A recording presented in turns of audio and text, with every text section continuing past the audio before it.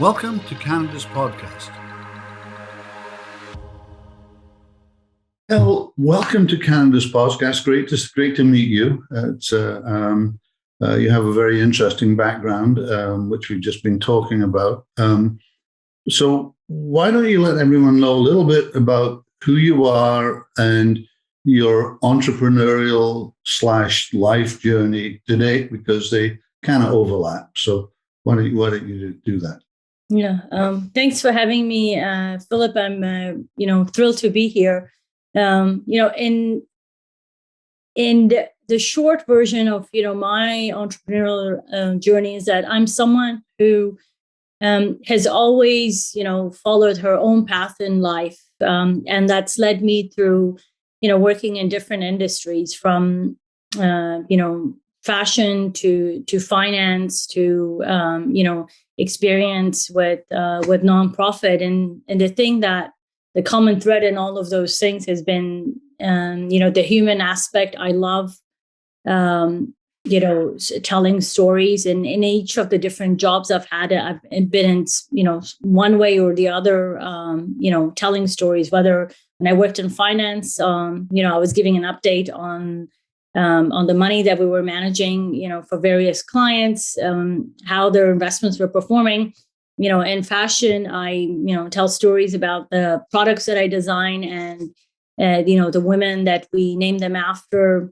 Back, if you go back all the way when, for my postgraduate thesis, I wrote about getting people with disabilities into the job market and really looking at them as intangibles that we can sell in the market. So in all those different jobs, I've been telling stories one way or the other. Okay. So you've from Iran, as you said, to Dubai, to New Zealand, Australia, Canada. What does that do for you in terms of,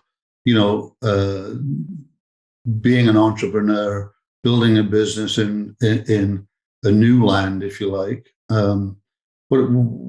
What's that kind of, what's the gem that, if you like, that makes it work? Mm-hmm. I think if you, it's helped me build a lot of grit, being an immigrant, an outsider so many times, over.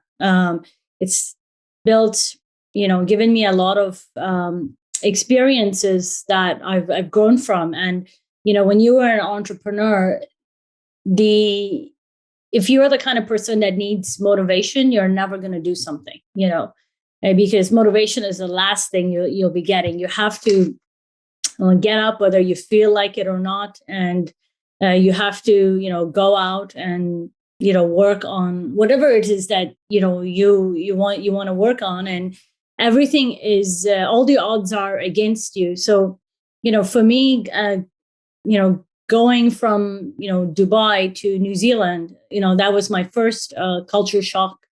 The Middle East, where as a I moved to New Zealand when I was 13.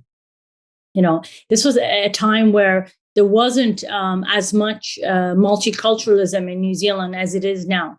This was early 90s. And, as a 13-year-old, I remember like my first day in class, I had a student asked me if I was Black. I mean, they'd never seen, this person, it was a very, I guess you can say, Caucasian neighborhood, and it was a particular school, but they had never seen, and I was really kind of confused because surely they must have seen Black people on TV, and so that was kind of like the first culture shock, and just getting, even though I spoke perfect English, but understanding that, that you don't, unlike, at Dubai, you don't worship your teachers, and it's not, cool to like, have like perfect attendance. I remember I was such a nerd in school telling another student that, I am so proud I never missed a day of school. And she just turned around and looked at me. She goes, "You were such a loser." And so she was this, cool girl. It's those things that build, grit in life. I was at school, I was a librarian, and I played soccer, and I was also in the debating club. So if you look at it, none of those, even in today's, today's high school, none of those groups will be interacting with each other. So, and none of those groups, considered me as one of their own. In fact, they just thought the librarians thought, why aren't you a librarian when you're playing soccer with those, people?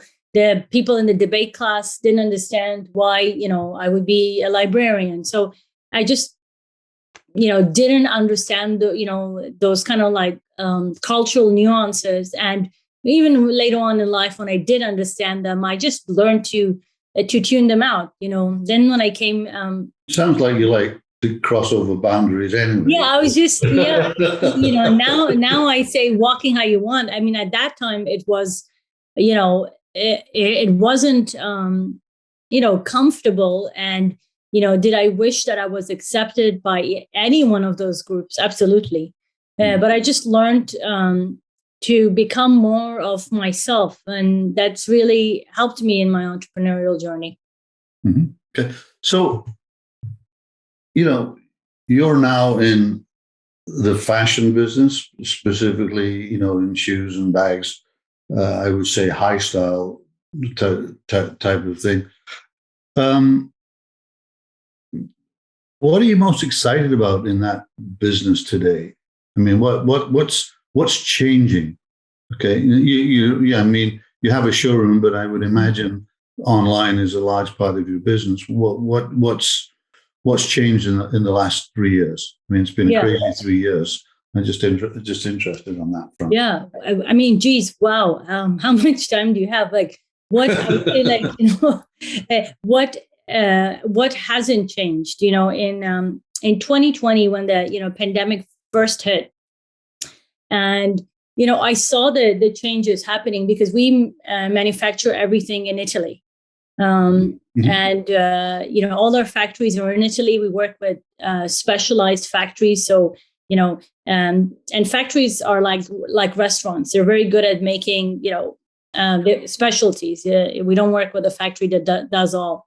But because we have a dedicated team in Italy, I saw COVID before we experienced it in Canada, and I just decided that when COVID first happened, that was going to be the first year of our company. It doesn't matter what we had done before. It doesn't matter, what worked in the past before, that we're in this new world. And, this is the third year. And I'd say that every year I look at it with, a fresh set of eyes. And I don't expect this year to be like, the past 2 years. What I'm excited about is that, and what actually attracts me to this kind of business, as long as we are, human beings of this nature, we need to, all of us, it doesn't matter who we are, we want to, feel good, we want to look good, and we want to, take care of ourselves. So that's why I like, CPG type of businesses, consumer products. And, for us right now, we're in the fashion space. And, even though we're on Zoom and none of us have really kind of, been going out, or hopefully I want to say we have, hopefully we're staying at home and staying safe, but, we still want to feel good. After a while, there's only so many, sweats that you can wear, right? There's stretch pants will take you so far. But even with stretch pants, if you just decide that that's going to be what you want to wear for the rest of your life, you want to, you're going to have a shower. You're going to want to, do something to your hair, because we are human beings and we have visual senses. So that aspect of, the business still excites me. We've never, been a company that specializes in trends. So anything that I designed 3 years ago, you can still buy it today and it would still look fresh, and you can still wear it 5-6 years from now. The aspects that have changed are how we source product, how we look at retail. Like the space that we have now, I made a very smart decision, and I signed on right at the start of the pandemic. Of course, I didn't know that the pandemic was going to be shut. And we have this showroom. It's in our, third year this year. But the first year was only open, for a few weeks. The second year, which was last year, maybe, a couple of months at the most. So we haven't really been able to utilize it at all. And, yes, I think that it doesn't matter what business you're in, if you're not online right now, it's very hard, not just to survive, but actually to service your customers, because, customers want convenience. And, we're not an Amazon kind of business, but, as you said, we make specialty products, luxurious, handbags and shoes, and our customers require that white glove service. And whether it is, they come into our stores, or whether we do, online, styling appointments with them, we have to have that, white glove service across all channels. Stay subscribed and hit the bell icon to be notified of our upcoming podcast with Commissioner Matthew Boswell of the Competition Bureau. Hear about competition and marketing rules every business should know. Click the link in the description to learn more about creating an effective compliance program. We've all gone through this challenge in the last 2.5 years. So let's forget that one. But typically, how do you deal with challenges? I mean, is there a process that you've evolved over the last, X years that says, when I hit a wall, this is how I overcome it? Is there a process that you've developed like that? Because it's, there are various ways to do it, I think. Mm-hmm. It's a very good question. And I haven't written the process, but I always, one thing that I'm always asking myself is, what is my why? What is, and your why is really your purpose, your mission. What is my why? So if I have a challenge in my company, I have to, remind myself, why on earth. And I did this when the pandemic hit. We're selling shoes and bags. Why do we exist? Do we really need another, bag company? Do we really need another shoe company? Not really. But the way that we do it, what Zavelle does it, yes, I do believe that we need it. So depending on the problem, I really get close to my why. And the one benefit of, growing older is that, you realize, and especially now with the pandemic, is that we've all seen loss. We've all seen, we've all experienced loss and trauma and, good things and bad things. And I like to put things in perspective. So what used to, really bother me, like say, the early challenges may not bother me as much now, because I know that they're not big enough to kill us. So I like to put things in perspective, and also being someone who has never really had a safety net. So it's I have to work for everything I have, and so if this doesn't, if I can't make payroll, there's no investor that's gonna wire me money and I can kind of do it. So I try to make sure that those kinds of problems, I don't get myself into often. But how I get through it is just, what is the worst thing? I have to ask myself, what is the worst thing? As with entrepreneurs, I would say like the worst thing that we're always dealing with is that fear, is that shame factor. Mm-hmm. Because and that's not something that most entrepreneurs talk about. But the thing that whatever the problem is, most often it's that shame factor. Oh my God, if my company fails, I'm gonna have to, and someone is going to Google my name. They're gonna see that this happened, and I'm gonna have to explain to the world why it failed. Well, a lot of companies fail just simply because they run out of money, or things happen, or with restaurants or something. It's knowing, just trying to get yourself in a frame that it's like, okay, if the worst thing happened and it's because I don't want to be embarrassed or be ashamed, then really, like, you have to look yourself in the mirror and say, who cares? Like it's kind of like, who cares? So that's something that I would say that my biggest challenge is always like, okay, if I've done right by my customers, my employees, and my suppliers, and if the only thing I have to work on is my inner shame, then so what? I can overcome that. So now we're moving into the kind of advice mode. Yeah. What's the best piece of advice that you've received? We all get advice, but I don't know about you. There's always like 2 or 3 things that I've carried around with me. Yeah. And I go back to, kind of thing, and they're sort of in there, ingrained in my personal process, kind of thing. Yeah. What would you say the best piece of advice you've received that you keep on using, basically? Yeah. The best piece of advice that I've received is in a book, is in Viktor Frankl's book.